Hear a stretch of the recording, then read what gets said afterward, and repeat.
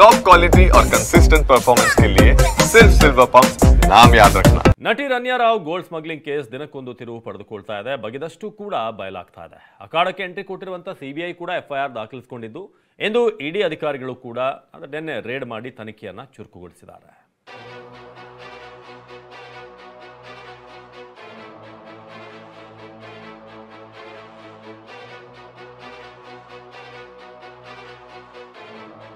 ಹದಿನಾಲ್ಕು ಕೆಜಿ ಚಿನ್ನ ಅಕ್ರಮ ಸಾಗಾಟ, ನಟಿ ರನ್ಯಾ ಮನೆ ಮೇಲೆ ಇಡಿ ರೇಡ್.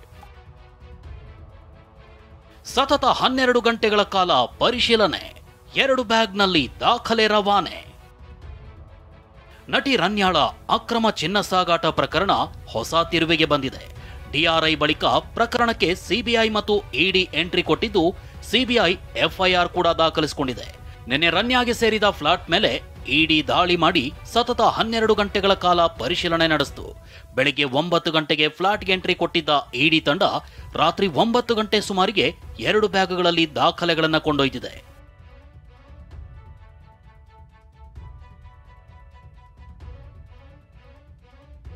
ಮತ್ತೊಂದು ಕಡೆ ಡಿಆರ್ಐ ತನಿಖೆಯಲ್ಲಿ ರನ್ಯಾಗೆ ದುಬೈನಲ್ಲಿ ಚಿನ್ನ ತಂದುಕೊಟ್ಟಿದ್ದು ಯಾರು ಅನ್ನೋ ಸಂಗತಿ ಬಯಲಾಗಿದೆ.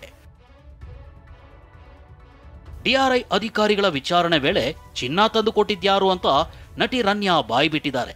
ಚಿನ್ನದ ಬಿಸ್ಕೆಟ್ ಕೊಟ್ಟ ವ್ಯಕ್ತಿ 6 ಅಡಿ ಅಥವಾ ಅದಕ್ಕಿಂತ ಎತ್ತರ ಇದ್ದ ಅಂತ ರನ್ಯಾ ಸುಳಿವು ಕೊಟ್ಟಿದ್ದಾಳೆ. ಇನ್ನು ಆ ವ್ಯಕ್ತಿ ಗೋಧಿ ಮೈಬಣ್ಣ, ಗೌನ್ ಮಾದರಿ ಬಟ್ಟೆ ಧರಿಸಿದ್ದ.